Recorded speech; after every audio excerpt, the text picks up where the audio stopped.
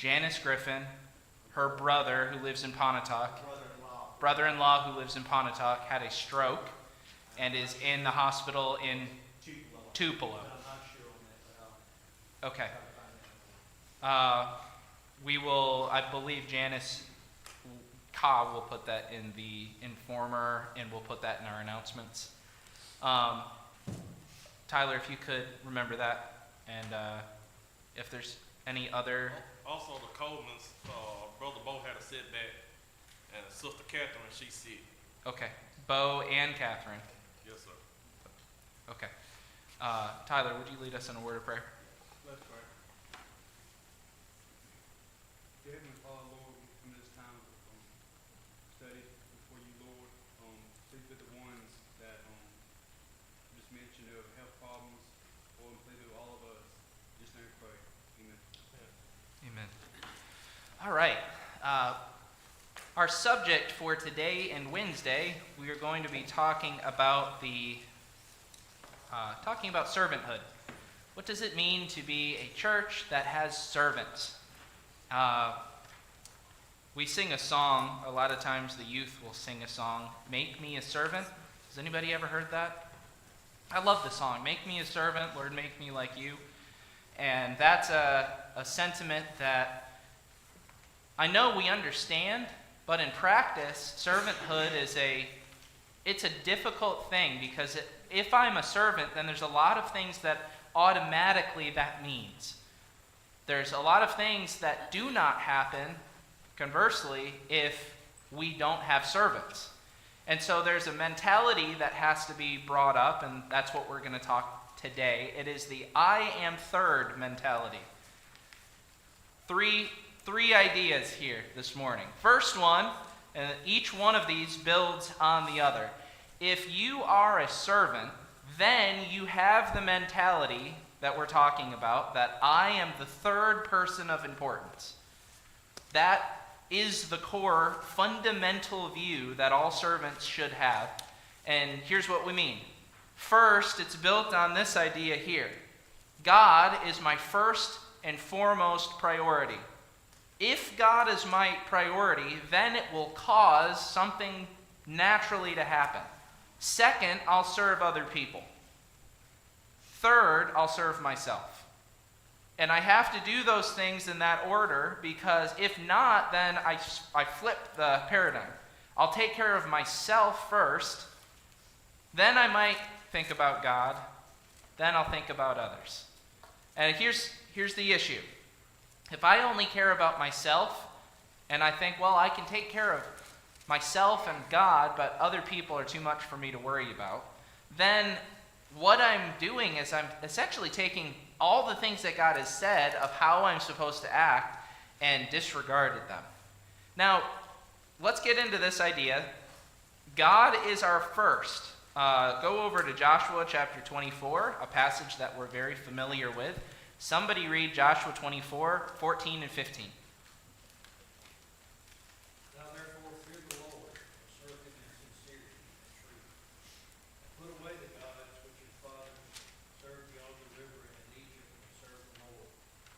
If it is desirable in your sight to serve the Lord, choose for yourselves today whom you will serve, whether the gods of your fathers, which your fathers served, which are beyond the river, or the gods of the Amorites in whose land you are living.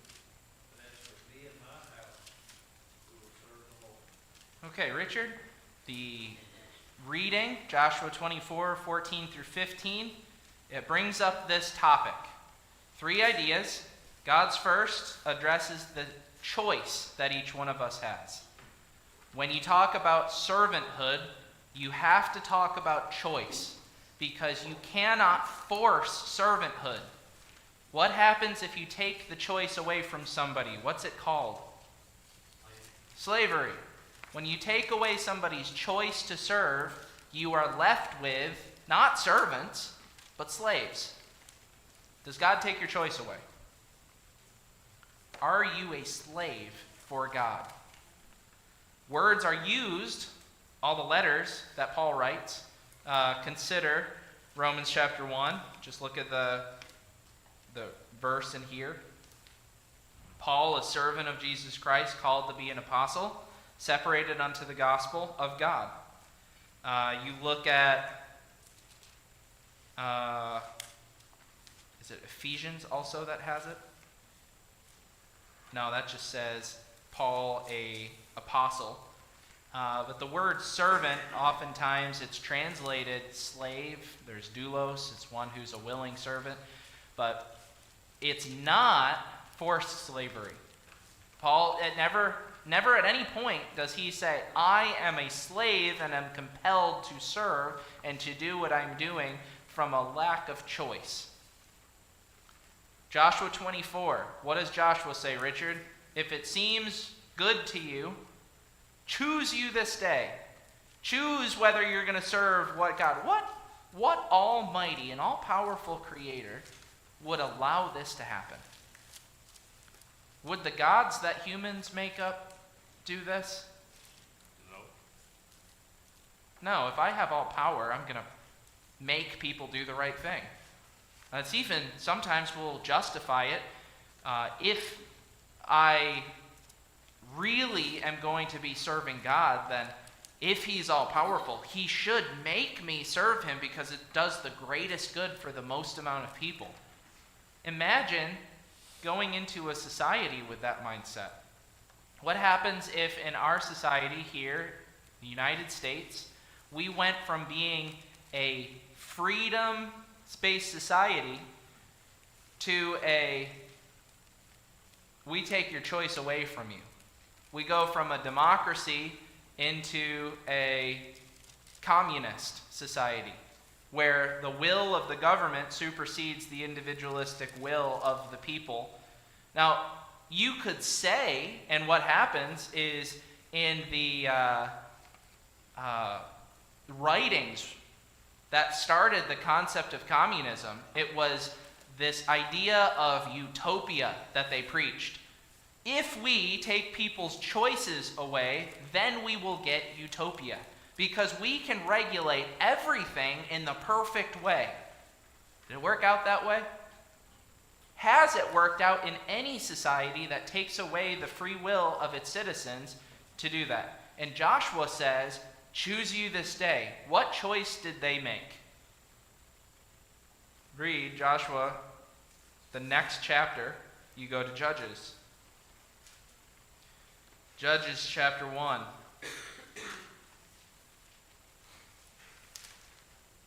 What happens in Judges? When you look at the book of Judges and you go through this entire book, what happened to the children of Israel? It was like a roller coaster. Yeah. They would, okay, for lack of a better term, they would serve the Amorites for a while, and then one of these judges would come up and they would bring them back to God. They would go along a little while, and then they would do it again. They'd turn away from God again, and this would over and over and over and over.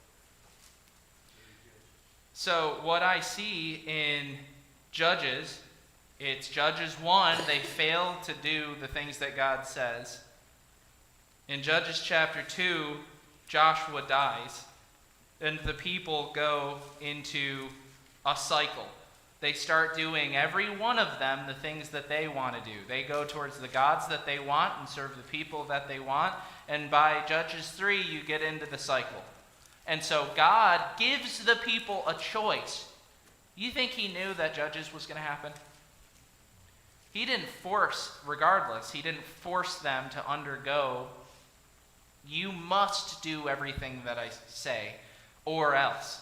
You must do these things, and I'm going to compel that this behavior happen. No, he even does great work to get them there, and then he still allows them to choose. And Joshua says it, if it seems good to you, choose you this day who you will follow. Why did God allow that?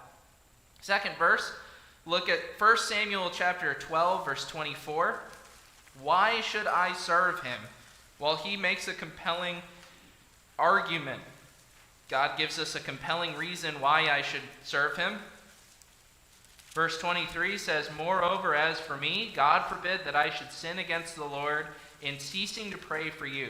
but I will teach you the good and right way. Only fear the Lord and serve him in truth with all your heart. For consider how great things he has done for you. But if ye shall still do wickedly, ye shall be consumed, both ye and your kings. A warning is issued, but it's based on something that should be compelling. Why should you serve God? Why should he be the first one that you serve? Because consider the great things he's done for you. So for us, what has God done for us? Why should we serve him? Giving us hope of salvation through Jesus. There it is, Mike. I have hope. He's given me salvation.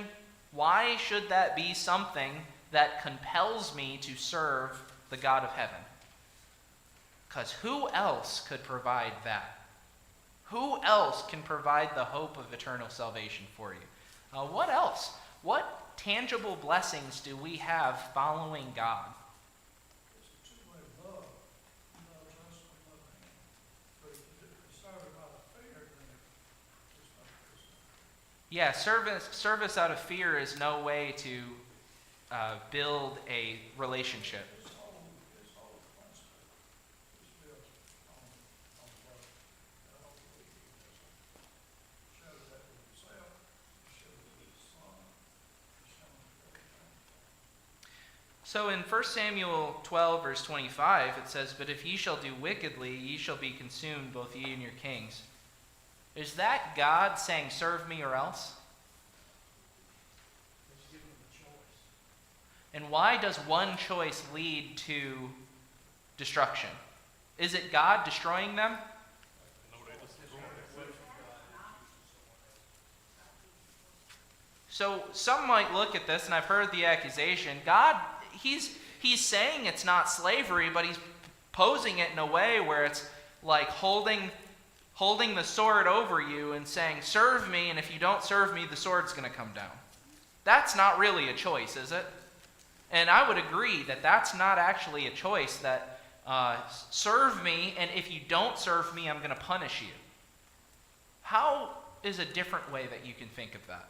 I think you look at it like a consequence, like kind of like at the end of Titanic, where people are in the ocean and Yeah. they're going to drown, and you're on a lifeboat and you've got your hand held out. Now they either grab it or not. You don't cause them to die.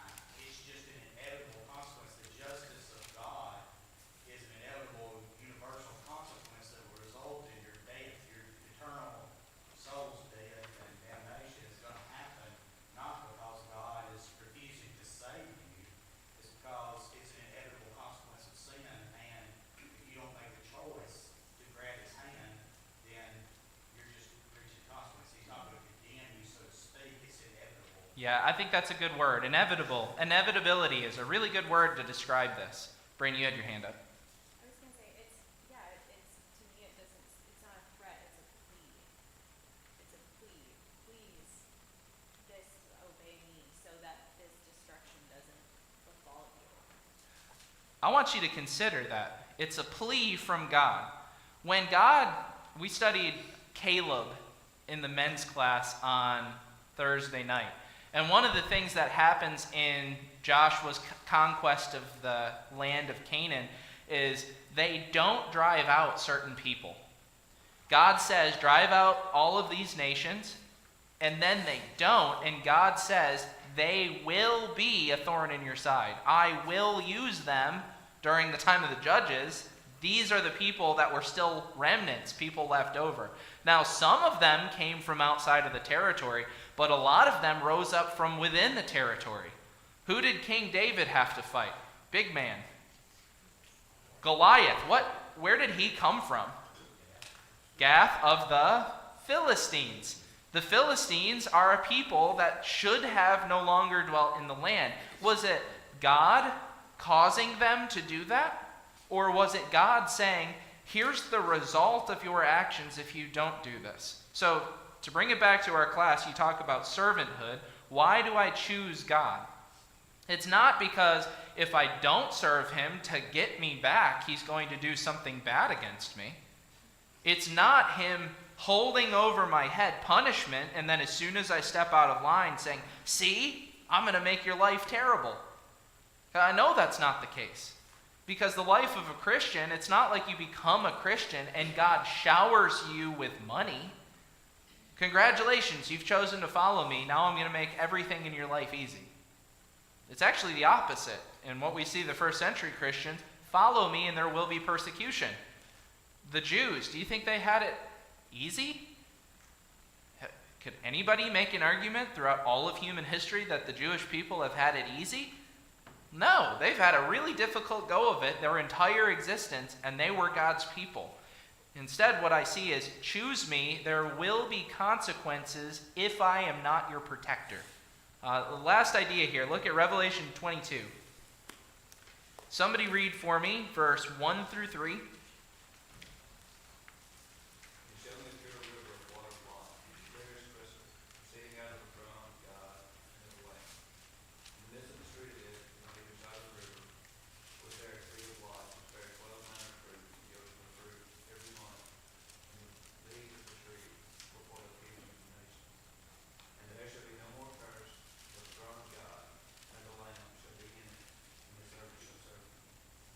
We get a picture at the end of the Bible of the throne room of God and where the saints will be. Thanks for reading that, Joey. And what do you see there when you look at God's throne room? Do you see worship taking place in the throne room of God? I see that. I see the people of God singing praises to him and before the throne of God. But what he read at the last, it says, and his servants shall serve him. Have you ever considered that heaven, we will be the servants? And if I'm not willing to be God's servant now, and I view that as slavery, why would you want to go to heaven? Why would I want to worship God, come together and do the things that he's talked to me, if I view servanthood as a bad thing? If heaven is not something that I'm looking forward to, and I'm not living my life now in the way that I will be in heaven, and I don't know what heaven is going to be like, and don't confuse me to say I have more answers than you do on heaven. I don't, but what I know here is, and his servants shall serve him. I have a role in heaven. It's to serve and glorify God. I don't know what that's going to be. I can't tell you what that's going to be. But what I can make a connection to is this. We oftentimes will talk about church attendance, and we'll go over to Hebrews chapter 10. And in Hebrews chapter 10, verse 25, more often than not, this is the number one verse that's brought up for why people should attend the worship of God. What does it say? Hebrews 10:25.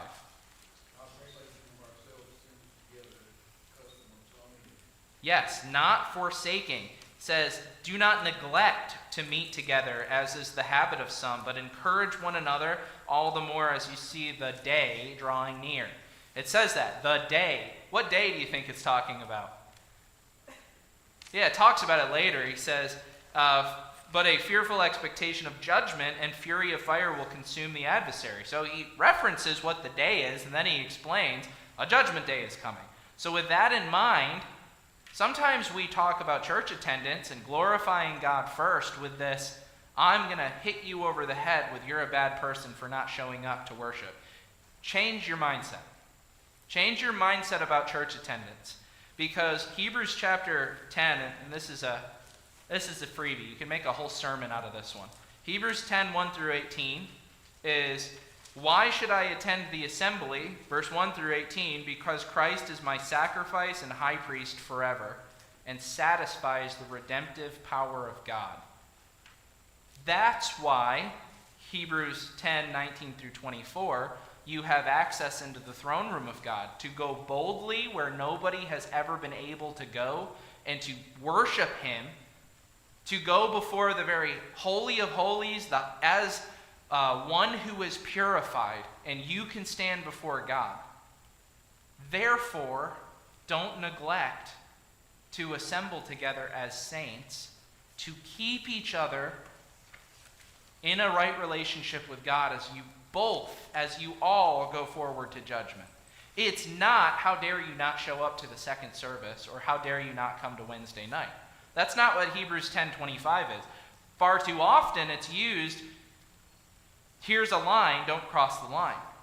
But what we should look at Hebrews 10 is, the mindset is, I am so grateful that I have the opportunity to go before my God and worship. Why would I neglect to show up and encourage you at the same time so that we all get to heaven? Time-wise, we got to move forward on this one. Let's go John chapter 10, verse 26. Somebody read that verse for me.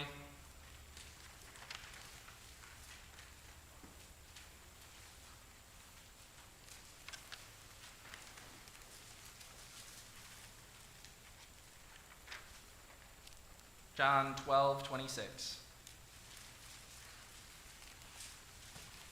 Any man serve me, let him follow me. Where I am, there shall also be service.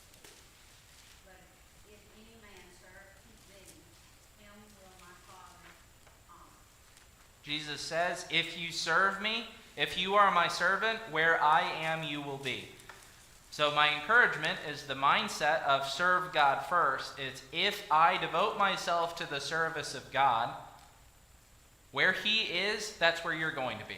Jesus says, if you are going to be my servant, here's your incentive. Put me first, and everything else will align itself after. Follow me, be where I am, and wherever I am, that's where you're going to be. That's the logic that Jesus gives for why you serve him first. Colossians chapter 3, verse 23, Paul gives us a mindset here. He says, whatever you do, work heartily as for the Lord and not for men, knowing that from the Lord you will receive the inheritance as your reward. You are serving the Lord Christ.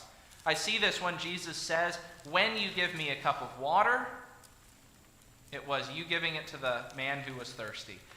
When you give the man who was hungry something to eat, you're giving me something to eat. When you clothe the naked, you are putting a cloak over my shoulders.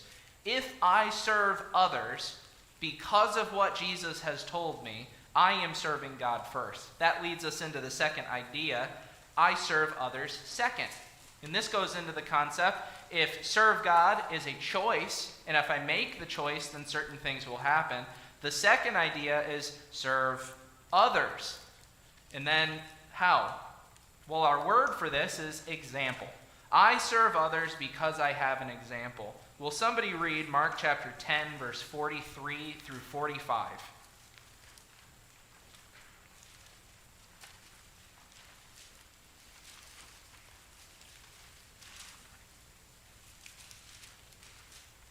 But so shall it not be among you, but whosoever will be great among you shall be your minister, and whosoever of you will be the chiefest shall be servant of all.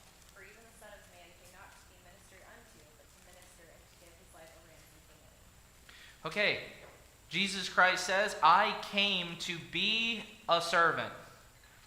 And I'm giving you this example. Whosoever would be first among you must be slave of all. So he's saying, be a servant willingly.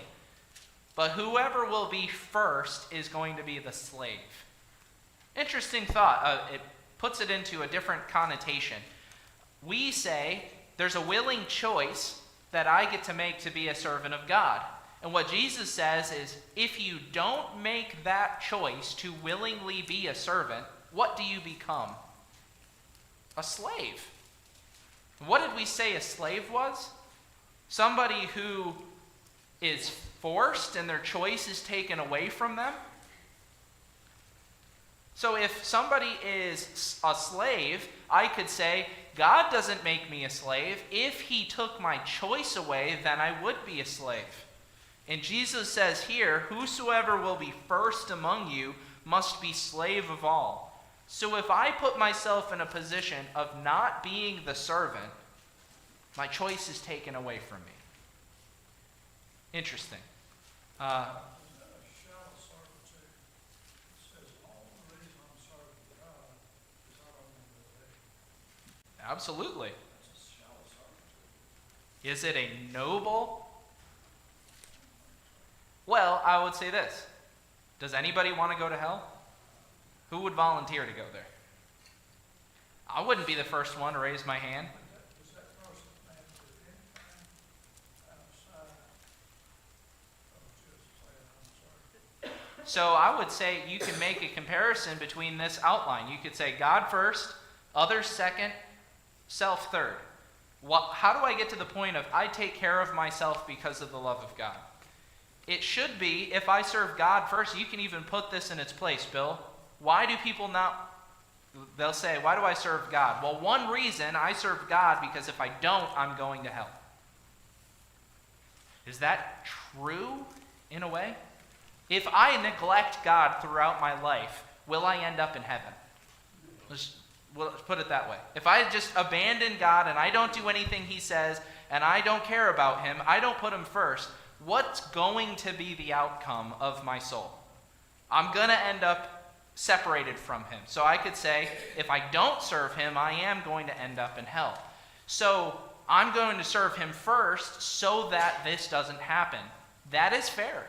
I give it to you. That's a fair thing. I too don't want to end up there. But it's got to evolve further. It's got to evolve past I serve God just so I don't go to hell. And I agree. That's where we get into I serve God, and as a result of that, I will serve you. I'll be a servant to others. You're kind of messed up when you have that mindset. You're dressing it up to be God, number one. But Really you, number one. yeah, it's really you, number one. If the only reason you serve God is so you don't go to hell, that's not serving him. You see where this is going. It's a thought that builds on itself. Both of them are flipped on their head. It's a very interesting thought. I could outline it in a way, and if I had a picture up here, that would be a fun one to lay out and show the contrast of them. But just go with me here. Nancy, you had something as well. I was gonna say, if you serve that God that way, you really, truly, deep down, love God. Yeah, I don't know. I can't answer people's motives there. All I know is if I am not wanting to go and be separated from God, I think that is the first step. That somebody says, I want something for me. God says, serve me and I'll give you a home in heaven. Sometimes that captures people. He says, others save with fear. What does he say? Catching them out of the fire? Pulling them out of the fire? You save people with, I don't want to go to hell. I just don't want that. I don't want to be lost for eternity. And that's a start for some people. Kevin. Yeah, that's what I was going to say. I know we love God, and let's be honest. You love him, but you also fear him. So fear is part of it. Yes. You fear your parents, but you love them, right? Absolutely. And so to be absolutely 100% honest, like you said, that's the reason why people come to Christ. It's because they don't want to spend eternity in hell. You can develop those other things after that. But if you were to tell a person, you can come to God, but you're still going to hell, they're not coming. So that's the first step from everlasting life. And I think it builds on top of that, Kevin. Yeah, to say, I don't want to go here, I'm going to serve him. Here's a symptom that we see in the church that servanthood addresses. A symptom is, I don't want to worship God every time there's a chance to worship him. I don't want to be involved in the work and the service of the church because my ticket has already been punched. I am not on the ferry to hell. I've gotten on the right path to go to heaven. And I am telling you, this mindset, we're not talking about your salvation. We're talking about a living church. How do you have a living church? A church that does not die out, to where your children and your children's children can be born and have a hope to get to heaven. It's if you grow past that mindset. If you grow in your faith to the point where it's not just, how do I make it to heaven, and that's good enough. No, it's not just serving God, it's also serving your fellow man. Jesus says in Mark, that's why I came, but look at John 13. John 13:11, he says, for he knew who was to betray him, and was why he said, not all of you are clean. When he had washed their feet and put on his outer garments and resumed his place, he said to them, "Do you understand what I have done to you? You call me teacher and Lord. You are right, for so I am. If I then, your Lord and teacher, have washed your feet, you also ought to wash one another's feet. For I have given you an example that you should do just as I have done to you. Truly I say to you, a servant is not greater than his master, nor is a messenger greater than the one who sent him." Couple ideas from this. Verse 11. Verse 11. Who's going to betray Jesus? Judas. What does Jesus do to Judas? Washes his feet. It's not about Judas betraying him. The lesson that he's giving here is the one who would betray him receives the foot washing from Jesus, regardless of what he's going to do. That Jesus serves him in the same way that he's going to serve others. And he says, I'm doing this as an example. Could you guess the mindset that those men would have had after Jesus was crucified, and they knew it was Judas who did it? Judas is the reason. And then, you ever think at one point they would have gone back to this lesson and said, I'm serving Jesus, and how am I serving him? Wait a minute, I'm supposed to wash feet. He washed Judas's feet. He washed the one that would betray him. What's the lesson? I serve others not because Jesus Christ has dealt with my sin alone and now my ticket's punched and I'm going to the right place. I serve others because that's the example that Jesus called me to. He did not have to wash feet. He was here for one purpose, to be a sacrifice for you. But then secondarily, he said, I've come to teach you all things that you are to observe. I've come to give you a lifestyle to emulate. Example. That's my second mentality there, is I follow the example. Philippians chapter 2, verse 3 and 4. Do nothing from selfish ambition, conceit, but in humility count others more significant than yourselves. Let each of you look not only to his own interest, but also to the interests of others. Have this mind also in you, which is yours in Jesus Christ. Put on the mind of Christ. That's the second step in servanthood.